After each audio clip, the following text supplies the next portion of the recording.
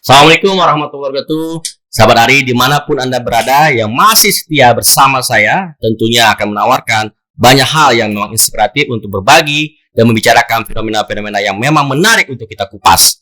Hari ini saya akan ajak untuk diskusi dengan bagaimana menghadirkan satu sosok yang memang paham terhadap fenomena yang tadi saya katakan tentang maraknya peredaran obat ilegal. Dan memang ini sahabat Ari, ini mengungkap karena ada korban ya dari kasus almarhum Imam Maskur ya, salah satu warga Aceh yang merantau yang diindikasikan bahwa menjual obat tramadol. Apa itu tramadol? Barang apa ini? Kok sangat betul-betul digandrungin ya dan diminatin oleh masyarakat Indonesia.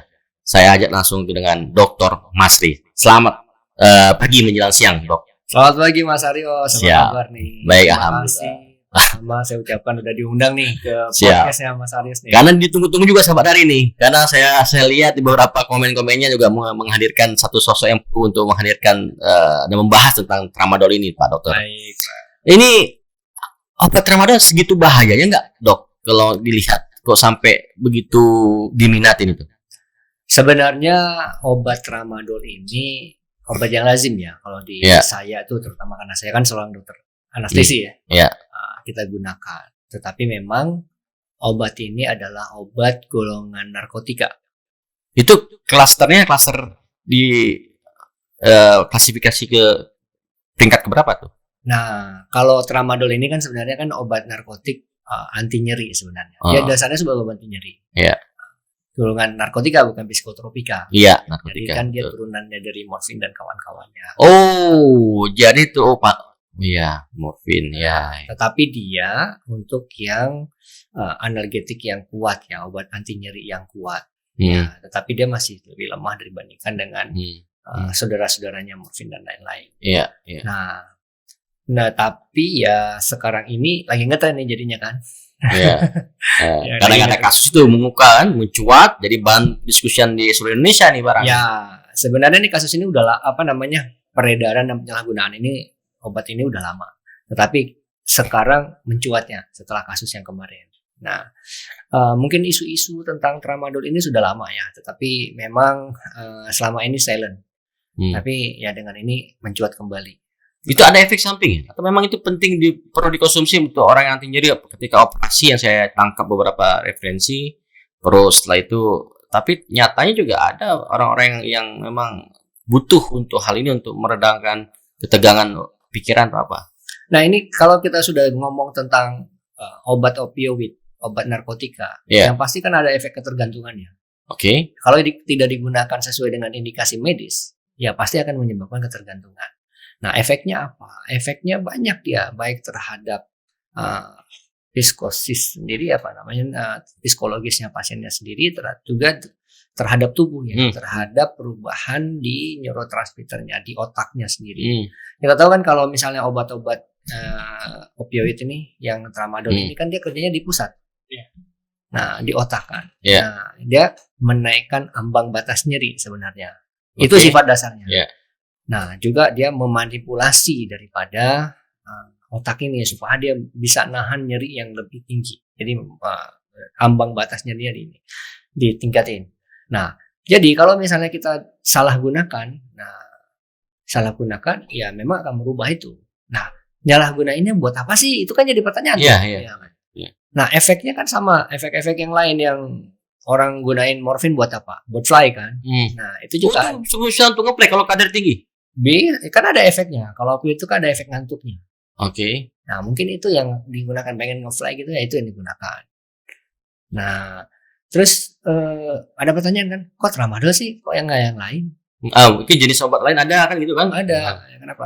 Mungkin ada evolusi ya. Dulu pernah kan orang waktu kecil-kecil saya sekolah dulu Diazepam pertamanya.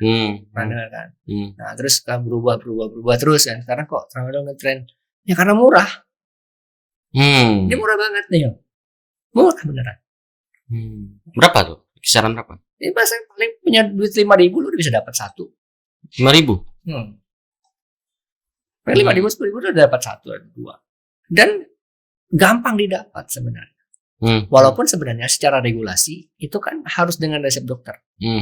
Tetapi bisa aja kan. Nah, di toko-toko obat kalau mau diperiksa juga pasti ada tuh tramadol. Toko depot-depot obat itu secara ilegal tuh ada. Dan itu gampang didapat, makanya dia paling gampang untuk disalahgunakan. Nah, kalau ditanyakan proses pengontrolannya bagaimana ya? Nah, sebenarnya kalau kita mau melihat lagi ke regulasinya, maka Habat ini harusnya cuman ada di rumah sakit atau di apotek yang apotek ya. Dalam hal ini kalau apotek kan dia punya yang namanya apoteker. Dan obat ini boleh keluarnya itu hanya dengan resep dokter. Oke. Hanya dengan resep dokter. Sekali lagi, kalau tidak di resep dokter berarti ilegal. Ilegal, nggak boleh keluar. Nah, obat-obat yang termasuk ke dalam narkotika dan psikotropika itu nggak boleh sebenarnya keluar tanpa resep dokter. Nah, kan gampang, kadang-kadang kan kita obat pilek, ada beberapa obat flu pilek kita kan mau beli obat itu sebenarnya harus pakai resep dokter juga, bukan hanya ini. Nah, apakah itu kan mengganggu misalkan daya fokus orang, daya kesehatan orangnya, memang daya tahan tubuh ya, itu akan mempengaruhi ketika mengkonsumsi tramadol. Pasti. Malahan dia kan punya efek ketergantungan, addicted ya, ketergantungan. Jadi apa aja bisa pusing, terus mual muntah, ya kan bisa terjadi. Terus apalagi ya, dizziness gitu ya. Terus juga bisa gangguan psikomotornya juga bisa terganggu. Malahan kalau menggunakan obat-obat yang ini terlalu banyak, itu bisa menyebabkan fatal kematian atau juga rigiditas dari otot-otot pernapasannya. Nah, kalau jenis lain selain tramadol ya, tadi kan ada kita singgung beberapa pengalaman yang masa lalu, ada juga beberapa jenis obat lainnya. Nah, pertanyaan kunci saya, kok segitu mudahnya ya obat-obat ilegal itu kok bisa beredar? Nah, saya nggak ngerti juga ya itu ya. Mungkin ini sebenarnya kembali lagi ke pengawasan ya. Ke pengawasan sama pengawasan dari regulator. Dalam hal ini kan mungkin dari institusi pemerintah yang mengawasi terhadap peredaran obat dan makanan. Nah, di samping itu juga obat-obat yang diselundupin mungkin atau ada mafianya, kita nggak tahu ya. Tapi kalau misalnya memang kalau kita melihat sekarang ini fenomenanya, kayaknya ada grup atau sindikasi atau apa yang besar yang di belakang itu yang bisa membuat ini berjalan dengan segitu besarnya kalau kita mungkin melihat volumenya. Nah, cuma memang kita sendiri juga, dan saya sendiri ya mungkin beberapa kali merasakan bahwa dengan akhir-akhir ini itu kadang-kadang ada obat-obatan tertentu yang golongan-golongan opioid ini yang susah didapatkan untuk kita bekerja di rumah sakit. Kayak kemarin beberapa waktu yang lalu tuh ada kayak fentanyl itu putus obatnya. Tramadol juga pernah dulu putus obatnya. Kenapa? Karena produksi kayaknya karena nggak ada katanya kita. Apa karena bahan baku? Nah, kita tahu pasti ya untuk memproduksi kan kita sebagian besar bahan baku obat ini kan diimpor. Mungkin kuota impornya udah habis kan. Nah, makanya kita nggak bisa produksi kan. Tapi kalau bahan bakunya kita anggap pernah putus ya untuk distribusi obat di rumah sakit ya. Tapi ketika dilihat realitasnya ternyata di pasaran sangat banyak. Makanya itu agak bingung juga saya. Kita juga bingung nih. Apa karena memang di rumah sakit itu tidak ada keuntungan yang signifikan? Enggak juga. Kalau rumah sakit, dia kan pengadaan obat itu kan pasti mengikuti regulasi yang ada. Pengambilan pembelian obat itu menurut regulasi kan. Ada prinsipalnya. Itu bisa jadi apa karena konsumennya yang minim ya? Enggak, kalau di rumah sakit ya sudah pasti kan mengkonsumsinya dengan benar sesuai dengan aturan. Karena benar ini kan nggak terbuka lebar kan, luas kan. Terbuka lebar. Yang gampang ini didapatkan sebenarnya yang kayak kasus-kasus ini kan di depot-depot obat kan, bukan di apoteknya. Apotek lu datang ke apotek lu nggak bakal bisa dapat ya kan? Tapi kalau di depot obat tuh ada dari bawah meja kan keluar tuh barang. Iya betul. Ya, karena nggak dipajang karena sifatnya ini. Nah, terus apa yang penting perlu kita lakukan agar tramadol dan jenis turunannya atau sesama jenis obat inilah agar tidak bisa beredar dan bisa mudah sekali dikonsumsi oleh masyarakat Indonesia. Yang pertama, saya rasa memperketat regulasinya.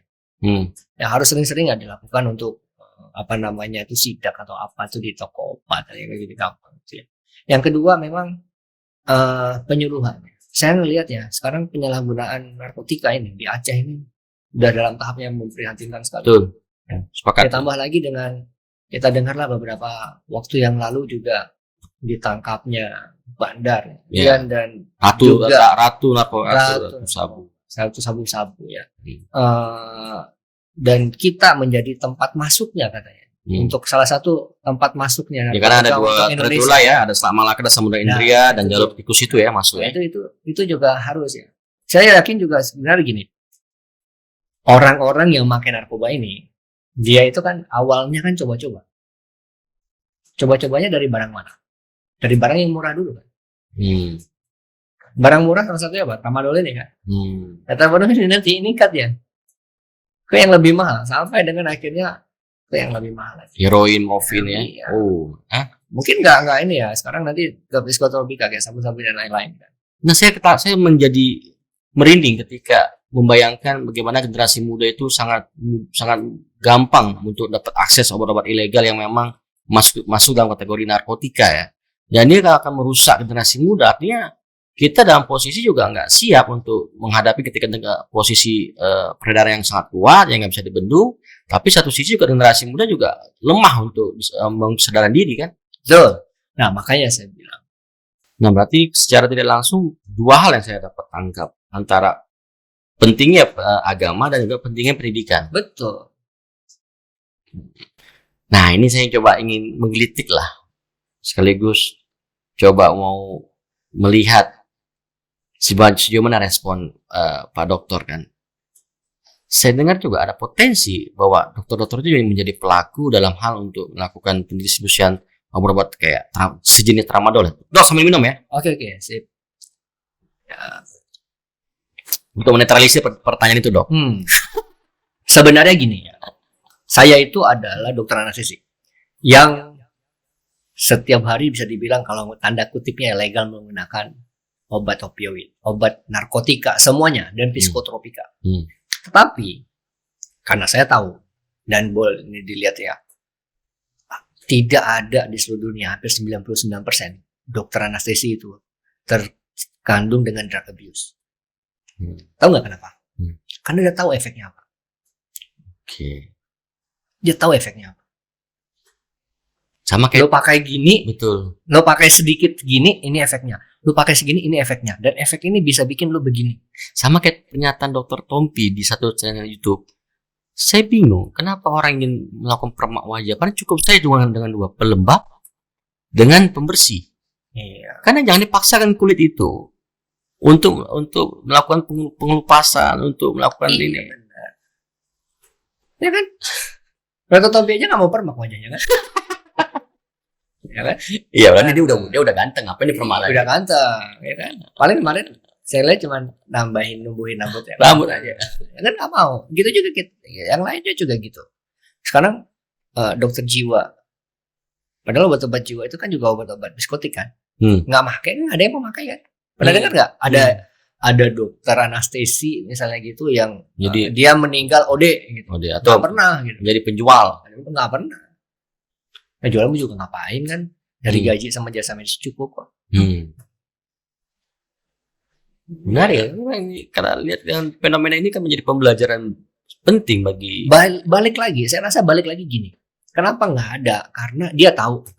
Yang kedua, yang pakai ini kan yang penasaran, coba-coba. Nggak tahu dia ini barang apa sih? Nah, berarti kuncinya kalau itu bisa dijadikan sebagai solusi, penyadaran ini yang menjadi penting. Benar, penyadaran sama penyuluhan ya. Jadi untuk itu mesti ada nih penyuluhan yang bagus nih. Mesti ada nih event-event bikinnya memang bukan event aja sih sebenarnya. Sosialisasi tentang kesehatan. Dan yang paling penting sekarang gini. Saya ngelihat nih, di Aceh ini juga ada satu kecenderungan anak-anak muda ini terlalu terlena ya. Maksudnya? Duduk di warung kopi dari pagi sampai sore gitu-gitu kan. Kagak ada yang namanya kegiatan produktif. Tapi kan bisa saja mereka bekerja di warung kopi, Dok. Bisa, bukan saya nggak ngomong nggak bisa bekerja di warung kopi, Oke. tapi tidak ada kegiatan kadang-kadang yang produktif. Contoh misalnya, Hmm. saya tuh umurnya udah 42 loh, tapi tiap pagi saya masih lari dan ngajak teman-teman buat lari. Nah di situ, ketika kita mempunyai pola hidup sehat yang tidak hanya nongkrong doang atau apa, kita nggak akan kepikir untuk melakukan hal yang negatif. Contoh, saya dulu perokok loh mas. Tapi sekarang saya nggak ngerokok lah sama sekali. Kenapa? Ketika saya ngerokok, saya ngos-ngosan nanti kalau olahraga. Dulu kan sepedaan, gitu kan, ngos-ngosan. Ya, gue nggak mungkin dong kayak gitu. Iya kan?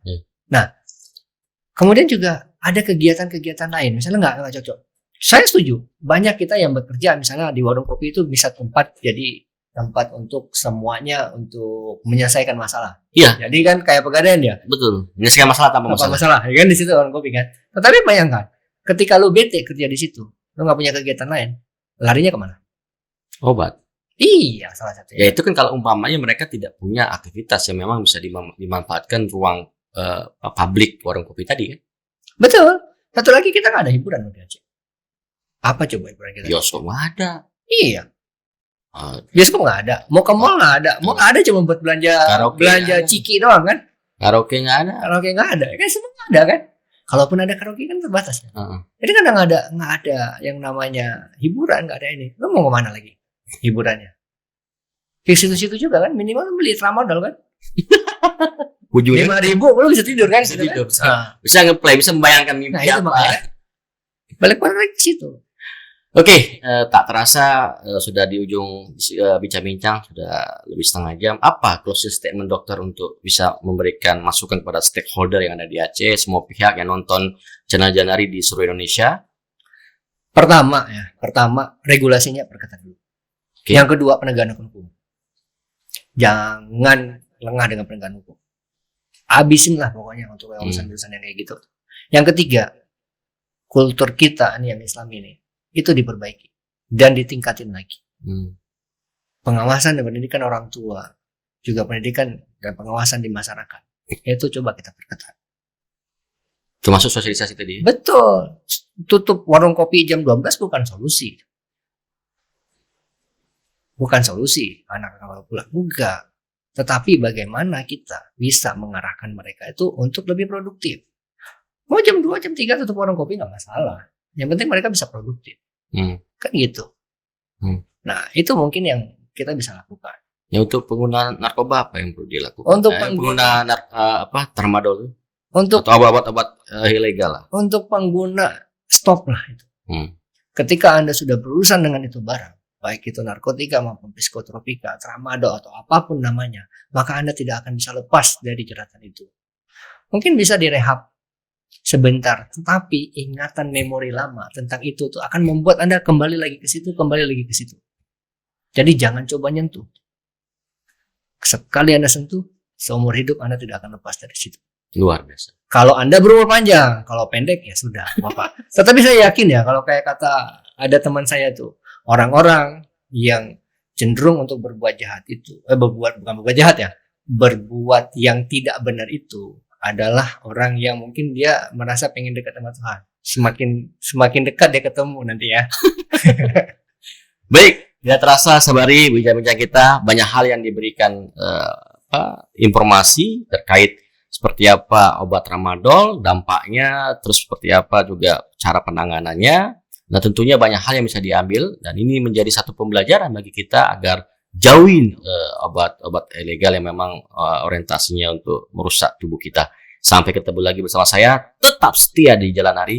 Salam Jalan Hari.